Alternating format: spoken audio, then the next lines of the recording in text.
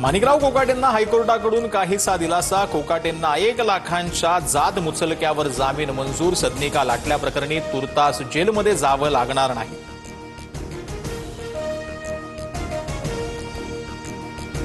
कोकाटेंच्या शिक्षेला हायकोर्टाकडून स्थगिती नाहीच। कोकाटेंच्या आमदारकीचा निर्णय विधानसभा अध्यक्षांनी घ्यावा, हायकोर्टाचे निर्देश। हायकोर्टाच्या निकालाची प्रत प्राप्त झाल्यावर कोकाटेंच्या आमदारकीवर निर्णय घेणार। आमदारकी ठेवायची की रद्द करायची विधिमंडळ निर्णय घेणार, सूत्रांची माहिती। लीलावतीमधील डॉक्टरांकडून माणिकराव कोकाटेंना बायपास सर्जरीचा सल्ला। 4 ब्लॉकेजेस असल्याची डॉक्टरांची माहिती। छातीत दुखत असल्यानं कोकाटेंवर आयसीयूत उपचार सुरू। राज्यातील आणखी एका मंत्र्याचा राजीनामा होण्याच्या मार्गावर, पण मुख्यमंत्री पांघरुण घालतायत। उपमुख्यमंत्री शिंदेंवर निशाणा साधत उद्धव ठाकरेंचा दावा। सातारा ड्रग्ज प्रकरणात मुख्यमंत्री फडणवीसांकडून एकनाथ शिंदेंची पाठराखण। शिंदेंसह कुटुंबियांचा ड्रग्ज प्रकरणाशी संबंध नाही, दिशाभूल करून संबंध जोडण्याचा प्रयत्न झाला, फडणवीसांनी आरोप फेटाळले।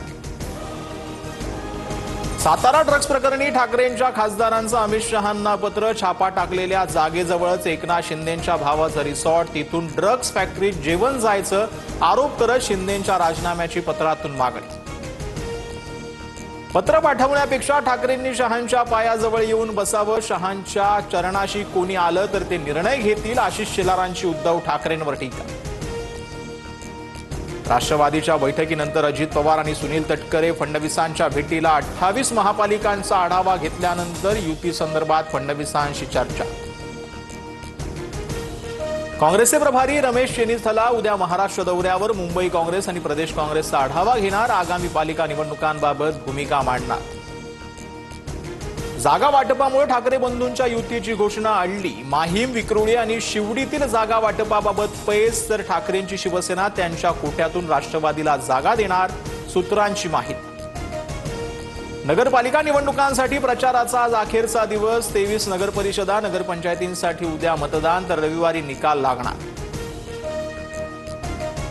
युवराज सिंग, उर्वशी रौटेला आणि सोनू सूद यांच्या कोट्यवधी रुपयांच्या मालमत्ता जप्त। ऑनलाईन बेटिंग ॲप प्रकरणी ईडीकडून मोठी कारवाई। मनी लॉन्ड्रिंग प्रकरणामध्ये ईडीकडून जप्ती।